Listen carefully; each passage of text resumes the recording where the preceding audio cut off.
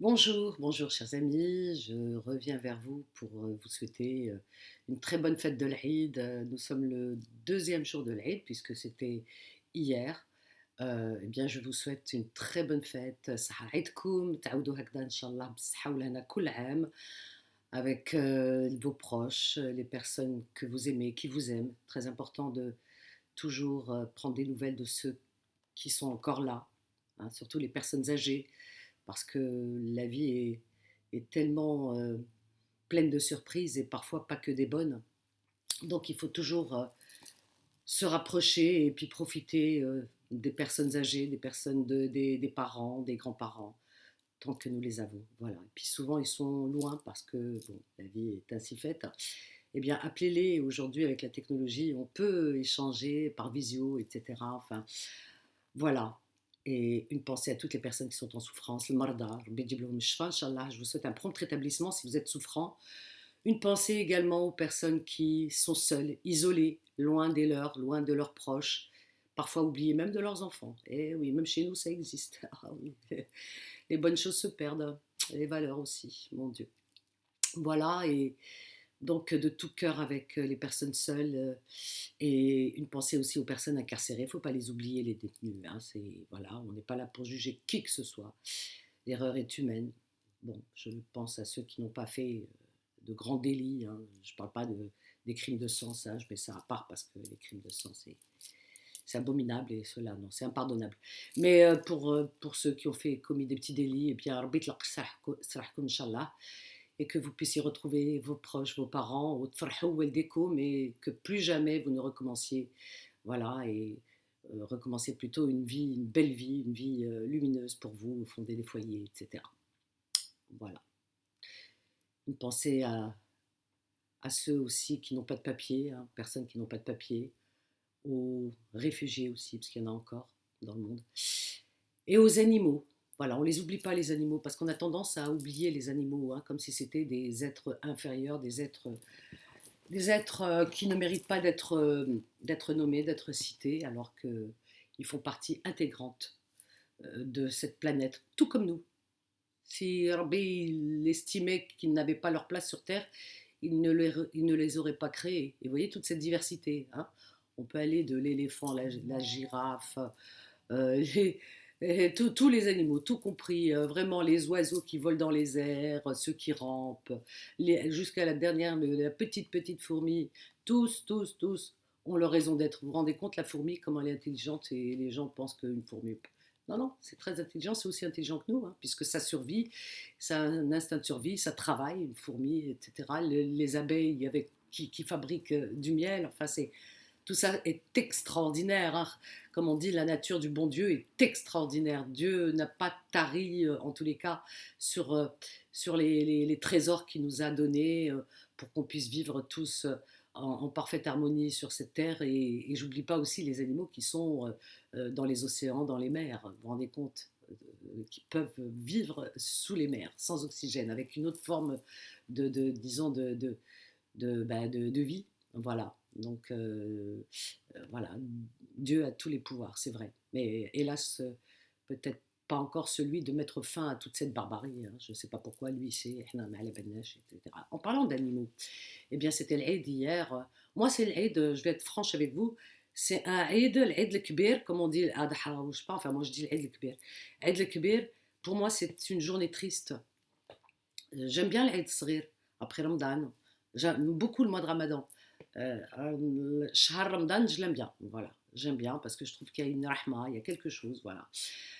J'aime bien l'Aïd Sghir aussi, j'aime bien toutes ces fêtes. Par contre, l'Aïd Kbir, non, je ne sais pas, il y a quelque chose qui me gêne et je me sens pas bien ce jour-là. Et je sais pourquoi d'ailleurs. Hein. Bon, puisqu'on parle d'animaux, ben oui, parce que aujourd'hui on est en 2022, c'est-à-dire que la technologie, la science a atteint peut-être pas le summum, mais un degré, waouh, puissance 1000 depuis le 7e siècle. Et pourtant, on n'a pas avancé d'un iota. On n'a pas avancé concernant les animaux. Pour nous, oui. C'est-à-dire que nous, quand on doit subir une intervention chirurgicale, on nous anesthésie. Voilà, on fait appel à l'anesthésie. On nous injecte un produit pour nous endormir, pour ne pas subir la douleur et ressentir cette douleur. C'est gentil, c'est sympa. Voilà, donc pour notre confort. Par contre, les animaux, on n'a pas pensé à eux. Vous imaginez, les animaux, c'est même pas on leur fait une petite chirurgie, une intervention chirurgicale, c'est même pas ça pour les soulager. Non, non, c'est carrément, c'est aucun soulagement, hein. C'est vraiment pour mettre fin à leur vie. Ok, d'accord. Bon. Mais sans amoindrir leur douleur, c'est-à-dire sans essayer de leur mettre un peu. Aujourd'hui, avec comment dire, même de la phytothérapie, puisque les plantes peuvent soigner, les plantes peuvent aussi anesthésier. Vous voyez, par exemple, il y a un médicament euh, à base de plantes, hein, il n'y a aucune chimie dedans, qui s'appelle euphytose. Vous voyez, donc euphytose, eh bien, ça s'achète en pharmacie, mais sans ordonnance, parce qu'il n'y a pas de, il y a pas de chimie, à rien. Enfin, c'est vraiment à base que de plantes, et c'est pour, disons, inhiber un petit peu, pour calmer. Voilà, quand on est un petit peu dans un état de stress, quand on a un gros chagrin, on traverse des moments difficiles, des deuils, etc., eh bien, Euphytose, qui est à base de plantes, eh bien, vous apaise et vous calme. Vous voyez, vous sentez calme. Et puis, il y a d'autres, comment dire, d'autres plantes qui sont un peu plus puissantes, hein, et qui peuvent aussi inhiber et calmer les douleurs. Ça existe, la nature est pleine de ressources. Mais nous, on ne fait pas appel à cette nature pour justement mettre fin et amoindrir la souffrance des animaux avant de les abattre. Non, on les égorge encore en 2022, on égorge des moutons, des agneaux msaken, mon Dieu, à vif. Et quelle souffrance. Moi, j'ai vu ça une fois dans ma vie. J'étais à Cherchell en Algérie. C'était la veille d'un mariage familial, dans la cour familiale. Donc, j'arrive au moment où le mouton se faisait égorger. Je suis tombée dans les pommes. Vraiment, je me suis évanouie parce que j'ai pas supporté l'agonie de cet animal, parce qu'il agonie. Il criait, il hurlait de douleur. Et ce sang qui était versé. Et les gens, les you-you, non mais. Je suis vraiment révoltée, mais à un point, on ne peut pas vous imaginer. Wallah al-Azim.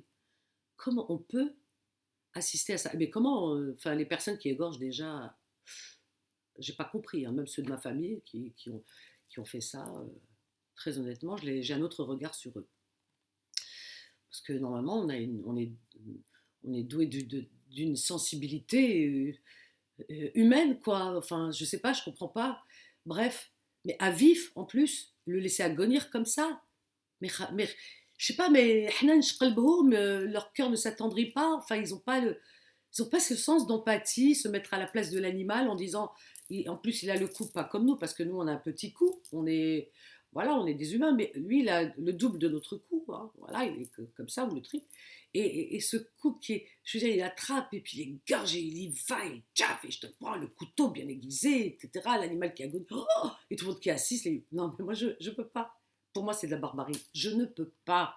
Je ne comprends pas que je ne parle même pas de l'abattage.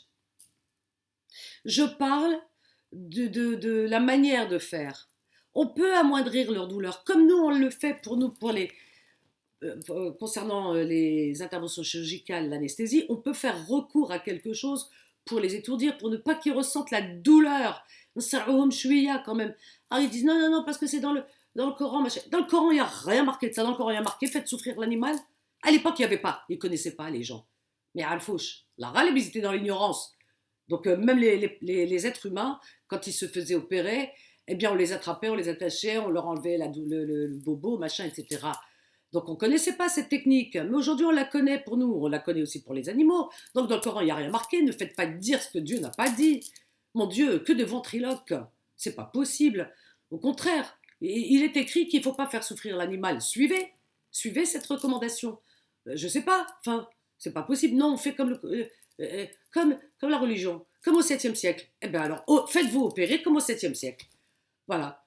Quand vous arrivez dans la salle chirurgicale, à la salle chirurgicale, quand vous devez vous faire opérer, dites aux infirmières et dites aux médecins et à l'anesthésiste, non, je ne veux pas me faire anesthésier parce que ma religion me l'interdit. Voilà, au 7e siècle, les gens ne se faisaient pas anesthésier, donc moi, je ne me ferai pas anesthésier. Donc voilà, opérez-moi à vif. Faites-en autant pour vous, pour vos enfants. Ah non, ça non. بصح مسكين l'animal هذاك معليش هذاك. والله العظيم والله 3 fois والله غير ما تحشموا والله غير ما تخافوا من ربي والله العظيم باسكو ربي محطوط في الدين جو كرويونت موا في الدين محطوط قال لك الانيمال بروني سوان دو الانيمال محطوط قال لك الهيشه ما تعذبوهاش هذا عذاب ماشي عذاب هذا قال لك ما تعذبوش الهيشه ما تعذبوهاش ne faites pas souffrir l'animal c'est marqué dans le Coran non et vous le faites souffrir c'est incroyable de toute façon la religion c'est chacun vous ne suivez pas. Enfin, moi, je leur dis, hein, ces gens, vous ne suivez pas la religion, la vérité. Wallah, vous faites souffrir les animaux, vous faites souffrir vos prochains, vous êtes médisants, vous dites des méchancetés les uns sur les autres. Non, il n'y a pas. Je ne vois pas la religion là-dedans. Enfin, je ne vois pas la spiritualité, parce que la religion, pour moi, c'est la spiritualité. Moi, je ne fais pas la prière comme tout le monde, machin. Enfin, je ne fais pas comme ça. Par contre, je fais la prière tout le temps, à n'importe quel moment, ma prière à moi, personnalisée. C'est-à-dire que quand j'ai besoin de me sentir, de me recueillir et d'être en connexion avec mon créateur, Allah subhanahu, eh bien, je le fais à n'importe quel moment. J'ai pas besoin de Tawda et tout ça, ni Moudhiya dans ma tête. Donc, à n'importe quel moment, eh bien, j'essaie. L'Oudha, vous savez ce que c'est l'Oudha? L'Oudha Bilsen. C'est-à-dire, à chaque instant, vous allez dire une bêtise ou une méchanceté, une namima sur quelqu'un, vous rattrapez, vous reprenez, vous reprenez. Voilà. C'est ça l'Oudha. Vous nettoyez votre langue. C'est ça. Alors, ma langue, je la nettoie tout le temps parce qu'on se trafale tout le temps. Voilà. C'est pas, il suffit pas attends, je mets un peu d'eau là, un peu d'eau là, un peu d'eau là. Ça y est, je peux y aller. Après, il monte char. Non. La spiritualité, mon Dieu, c'est autre chose. Et la spiritualité, c'est pas que pour vous, c'est aussi pour les autres. C'est-à-dire quand vous avez des personnes qui sont en souffrance, peu importe leur religion, peu importe, parce que vous choisissez pour la plupart. Hein. C'est-à-dire que vous allez surtout évoquer des gens qui vous ressemblent, des musulmans. Non, moi, s'il y a une personne, peu importe qu'elle soit juive, chrétienne, bouddhiste, athée, tout ce que vous voulez, si une personne, je sais qu'elle est en souffrance et que vraiment elle me sollicite et que je sens que sa souffrance, elle est énorme et qu'elle est insupportable parfois, eh bien, elle passe par des moments, des passages de la vie très compliqués, très difficiles, eh bien, paf, eh bien, je me mets dans un coin et je me concentre et je lui demande Ya Rabbi Wa'alesh. Ma manière à moi, je parle. Comme je parle avec tout le monde. Ya Rabbi, chouf hadak miskin. Vraiment, la pauvre personne, regarde dans quel état elle est. S'il te plaît, regarde, pose ton regard sur elle, fais quelque chose pour elle, soulage-la de cette souffrance. Et voilà, je lui demande. Wallah al-Azim, c'est ce que je fais. Hadiya. Je fais pour les êtres humains, peu importe leur origine, leur culture, on est tous frères en humanité, parce que moi, un juif, c'est mon frère, un chrétien, c'est mon frère, un bouddhiste, un animiste, qui d'autre, un athée, tout ça, c'est mes frères en humanité. Voilà, si paradis il y a, je ne sais pas, qui je connais pas. Voilà, c'est selon, à mon avis, nos actes, nos comportements. Donc voilà, et puis les animaux aussi, je prie pour eux, parce que quand je vois mon Dieu, en Algérie, dernièrement, grâce à Brigitte Bardot, puisqu'elle a échangé des courriers avec, des mails avec la présidence, avec le président Tebboune, et il a répondu, ce président, alhamdoulilah, vraiment. Donc, il a mis fin à cette pratique inhumaine, barbare, oh mon Dieu. C'est les guéloufas. Les guéloufas, ces chiens qu'on attrape avec des grosses pinces comme ça le soir. Moi, j'ai vu ça une fois à Alger. Je suis rentrée comme ça, j'étais. Bref, mon cœur allait s'arrêter, vraiment. Il les attrape avec des grosses pinces. Il les jette dans des espèces de camions, vous savez, sans toit. Il les jette à l'intérieur. Il y a des cages, des grandes cages comme ça. Ah, dans les cages, à l'intérieur. Ils étouffent à l'intérieur. Ils crient, les pauvres. Qui écoute? Qui écoute leurs cris de douleur et de souffrance et ils appellent au secours, personne ne les écoute. هادو عباد مسلمين هذاك قالوا فهذاك يروح يجري للجامع يصلي هو غير سكين انا ما صليش بصح الله يسترني من لا يبعدني de vos pratiques قلت ربي il m'a aidé hein والله العظيم je lui dis يا ربي quand j'ai bien observé les gens qui pratiquent soi-disant mais pas du tout la bonne pratique hein, parce que c'est pas ça hein, l'islam hein. Non et c'est pas ce que recommande Dieu hein. Quand je vois toutes ces hypocrisies autour de moi, toutes ces méchancetés, etc., je lui ai demandé toute jeune déjà, Ya Rabbi, mon Dieu, éloigne-moi leurs pratiques et de ces gens. Ne me mets pas ça, s'il te plaît, sur mon chemin. Ben, il m'a écouté. Parce que je suis très loin de ces pratiques. Ah, moi, je ne pratique pas comme vous, hein. Je suis loin, mon Dieu. Rabbi, Inch'Allah, ils aient badiner le plus loin possible. Non, c'est pas possible. Vraiment. Faire autant de mal et voilà. Et ces animaux-là, ces chiens, galoufa, on les met dans ces cages et tout. Et après, on les ramène dans ce qu'on appelle la fourrière là-bas à Alger. Et puis ils les électrocutent, ils leur tirent des balles et tout dans la tête, enfin ils les tuent. De manière barbare. Les musulmans, Ado. Les musulmans, ils disent. Je sais pas quelle secte, hein, la vérité. Hein. Parce que dans chaque religion, il y a des sectes qui se grèvent. Vous savez ça. J'espère que vous le savez. Cherchez, vous trouverez. Chaque religion, elle a ses sectes qui se greffent. Ou les sectes Hado, elles n'ont pas bougé, ces sectes-là. C'est-à-dire que depuis le 7e siècle, les sectes qui sont greffées, les salafistes, les wahhabistes, tout ce que vous voulez, khaloutistes, là, eh bien, ils sont greffés à cette religion qui s'appelle l'islam, qui à la base, c'est une religion qui est d'amour et qui est de paix. Ils sont greffés autour, ils ne veulent pas décoller. Vous savez, comme les puces ou les... Il y a un nom, c'est sur les chiens, les tiques. Parce que mes chiens, ils avaient ça des fois quand on les sort dans les bois et tout.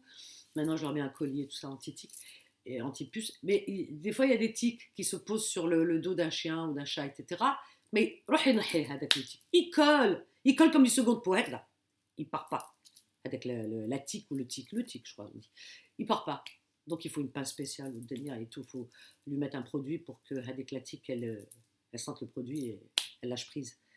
Et ben, les sectes, ces sectes-là, c'est des tiques. C'est comme les tiques. Ils ont collé à cette religion, l'islam, qui leur a rien demandé, mon Dieu, et impossible de les décoller. Impossible. Voilà. Et ils vous font croire n'importe quoi. Mais n'importe quoi. Et c'est que ça marche en plus. C'est aberrant. Comme si les gens n'avaient pas un cerveau. Ben, lâche un cerveau. Je sais pas, le bon sens. Parce que la religion, c'est aussi. Il y a du bon sens dans la religion. Mais au moins, ils ne font pas fonctionner leur bon sens. Non, l'imam du coin, avec.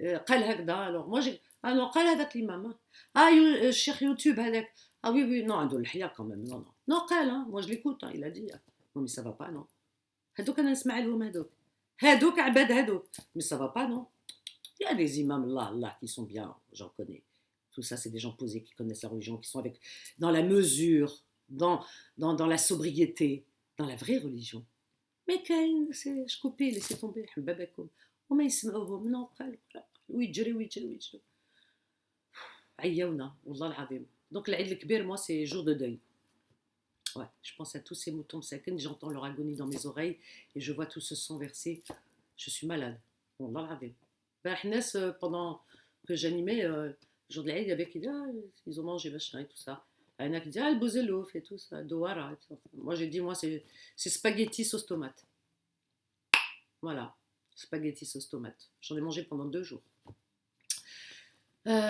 Qu'est-ce que je voulais dire? Oui, en parlant de hier, ouais, enfin, l'autre soir, on parlait justement de choses et tout, de religion, de tous ceux qui pratiquent une manière un peu, comment dire, euh, ces sectes comment dire, qui se sont greffées. Donc une fois, j'ai raconté l'histoire vendredi soir, l'histoire de ma mère qui était en plein recueillement dans un cimetière ici, cimetière carré musulman, enfin carré, après je vous parlerai de ma mère, carré musulman. Alors ça, les histoires de carré, j'ai pas compris. J'ai pas compris. J'ai pas compris. C'est-à-dire que Dieu, il regarde, il dit, ah, lui, Mskin, ça va pas. Ils ont mangé de 5 centimètres sur le carré d'à côté, ça va pas du tout. Carré asiatique ou juif ou chrétien, ah non, non, non, non. Carré musulman, non, non. Non, mais vous vous rendez compte? Moi, je comprends pas. Enfin, moi, j'ai jamais compris ça, la vérité. Pour moi, c'est encore une aberration de plus, ces carrés. Quand j'ai pris conscience, au début, je trouvais ça normal parce que je trouvais ça normal. Au début, je me posais pas de questions. Mais vous savez que j'ai un cerveau qui est tout le temps en mouvement, même quand je dors. Hein. Il est tout le temps en train de chercher, de fouiner, de creuser, de creuser. Et puis, je me suis posé des questions, pourquoi c'est carré? J'ai assisté à des funérailles, des obsèques, et je voyais carré musulman. Et puis, plus loin, on a traversé, puis il y avait un carré juif, voilà. Et puis, plus loin, tu tournes ta tête, pas loin du carré musulman, tu as le carré asiatique. Alors moi, je regarde. Pendant que les gens, là, je sais pas, ah non, il chauffe. Moi, je regarde. Je regarde. Il y a un truc qui va pas. Il y a un truc qui colle pas quand même. Hein. Ça tourne pas, là, dans ma tête. J'arrive pas. Je sais pas, j'arrive pas à, disons, à, à- à comprendre et avaler, quoi. Je me dis, elle est où la différence entre là, les gens qui sont en train d'enterrer un membre de leur famille qui sont de confession juive, les autres de l'autre côté qui sont asiatiques, et nous ici, un musulman. Elle est où? C'est la même terre, non? C'est la même terre, c'est l'ordre wahed. Je ne voyais pas la différence. Le rite peut être différent, ça se respecte, tous les rites se respectent. Mais, mais la terre, où on se fait enterrer, que tu sois là, à 10 mètres, ou que tu sois de l'autre côté, euh, c'est différent. C'est-à-dire que Dieu te jugera selon comment tu as été ou enterré, c'est-à-dire la même terre, au même endroit, le même cimetière, juste une histoire de centimètres. Ça, j'ai pas compris. Wallah l'azim. Non, je n'arrive pas à comprendre.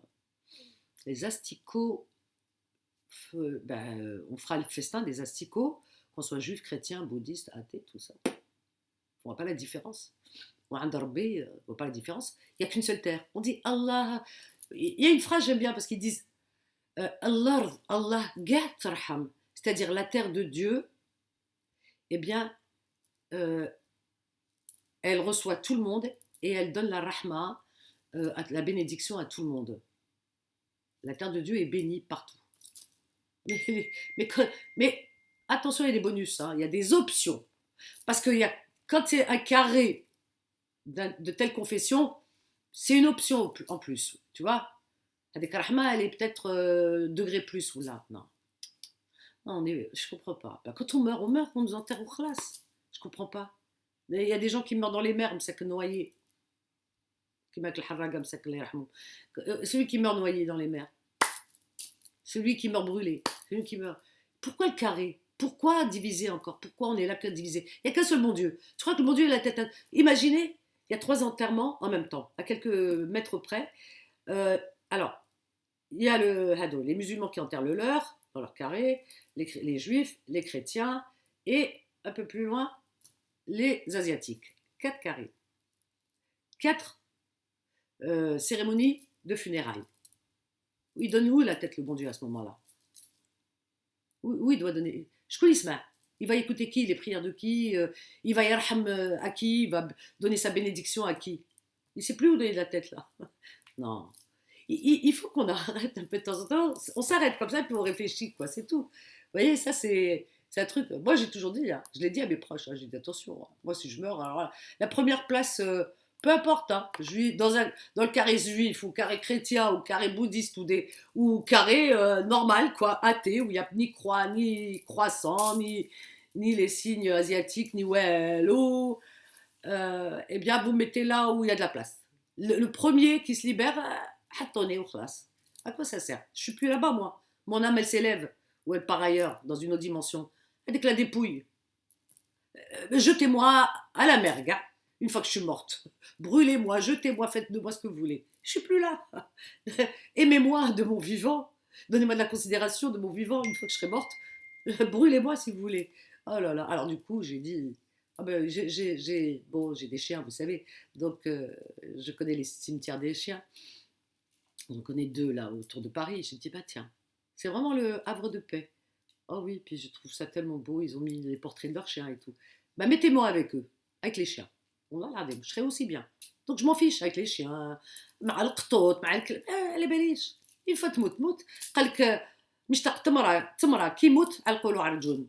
Alors toute sa vie, il était avide d'une date. Quand il est mort, ils l'ont déposé tout un régime de dates sur sa tombe. Non, aimer les gens de leur vivant. Et quand ils sont morts, il y a ça, et puis il y a autre chose aussi. Ah oui, tout à l'heure, je vous parlais de ma mère qui était au cimetière, carré musulman. Bon, ma mère, c'était son peu, alors on respecte. Ma sœur est enterrée là-bas parce qu'elle est rahma. Ma mère, il va régulièrement, elle y va tout le temps, tout le temps, tout le temps, presque tous les jours. Elle y va. Il y a la photo de ma sœur gravée.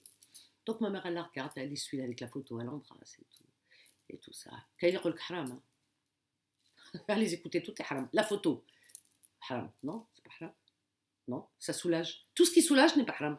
Non. Ce qui est haram, c'est de faire du mal. Ah oui, c'est de tourmenter autrui. Quand on tourmente une personne, là c'est haram. Mais là, non.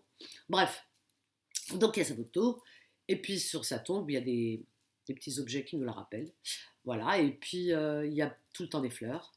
Et puis il y a des petits angelots. Des petits anges, vous savez, des petits angelots. Donc il y a des petits angelots, voilà, qu'on a mis sur sa tombe. Parce que c'était un ange, ma sœur. Euh, et ma mère, à chaque fois, elle allume une bougie. Tout le temps, quand elle y va, elle lui allume une bougie. Une bougie, vous savez, avec un socle fermé, etc., pour pas, avec le vent. Donc, et la pluie et tout. Alors, donc, elle allume cette bougie, elle est qa'ada, elle parle avec sa fille. Voilà, ترحم عليها وتطلب ربي وتصلي تطلب مسكينة une maman. Puis il y a une jeune femme qui s'est sentie investie d'une mission parce qu'elle portait le hijab, donc elle s'est sentie, la jeune fille portait le hijab. Je n'ai rien contre les gens qui le portent, au contraire, hein, vous m'entendrez toujours défendre tout le monde. Hein. Celui qui porte le hijab, celui qui porte le foulard, celui qui porte mini-jupe, tout le monde a le droit de se vêtir comme il l'entend.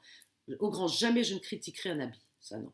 Non, mais pour vous dire, elle s'est sentie peut-être investie d'une mission parce qu'elle, elle portait le vêtement que ma mère ne porte pas, parce que ma mère, elle ne porte pas les cheveux à l'air, normal quoi, enfin voilà. Là, ma mère ne porte pas, même pas un truc sur la tête. Hein. Difficilement en hiver, un bonnet quand il fait froid, et voilà, elle me dit parce que le sommet de ma tête, j'ai froid, mais et encore. Donc elle met rien. Comment dire donc elle l'a vue, une dame, elle était en tailleur pantalon, cheveux comme ça, donc elle la voit comme ça, elle s'est dit peut-être elle ne connaît pas. Non, elle connaît mieux que toi, ma fille. Elle connaît mieux que toi, ma mère. Ma mère tsallée et tout, elle n'a pas besoin, l'habit ne fait pas le moine. Bref. Donc, elle vient, puis elle lui dit excusez-moi, je voudrais juste vous dire, vous savez, la bougie, c'est haram. Ma mère qui a plus de 80 ans. On a dit qu'elle pourrait être cette petite fille.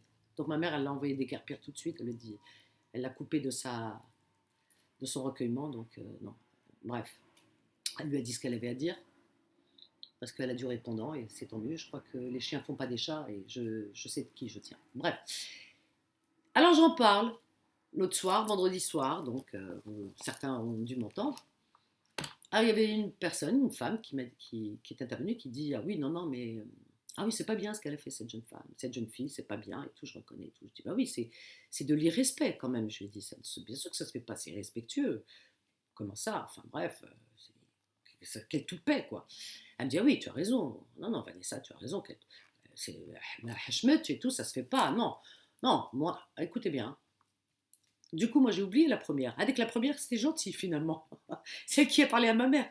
Finalement, j'ai trouvé ça pas plus correct, parce que c'est pas correct, mais euh, comment dire, moins violent. Et moins enfin, vous allez comprendre. Alors, elle me dit non, non, non, non, quand même, ça se fait pas. Babe, non, non, elle aurait pas dû. Non, non, ça se fait pas, c'est vrai. Je dis bah oui. Alors, elle me dit, moi, elle me dit, moi, j'aurais attendu que ta mère s'en aille, et à ce moment-là, écoutez bien, à ce moment-là, eh bien, je serais partie, j'aurais retiré les objets et la bougie qui étaient sur la tombe.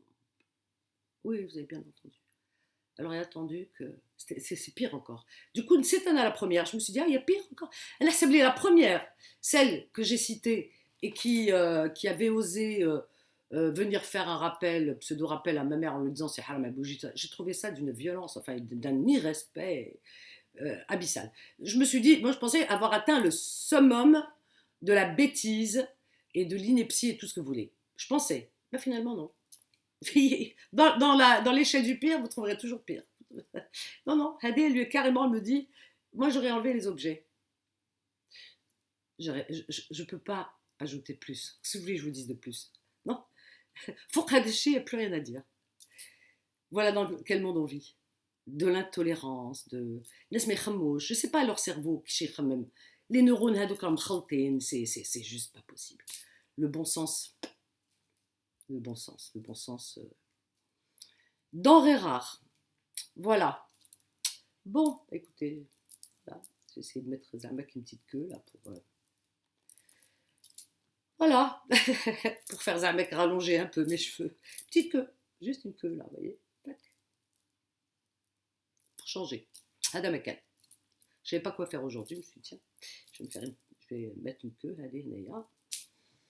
Voilà, bah écoutez, il faut bien occuper son temps. Voilà, chers amis, eh bien écoutez, encore une fois, Saha Aïdkoum, mais un Aïd végétarien, vegan, végétarien, Inch'Allah. Voilà. En tout cas, je vous aime. Prenez soin des vôtres, de vos proches, c'est très important. Le Covid, il est terrible ce Covid parce qu'il est en train de contaminer. Moi, je connais beaucoup de gens qui sont contaminés. Faites attention, surtout les personnes fragiles. Donc, faites attention. Voilà. Et puis, en plus, on a cette canicule. Faites très attention.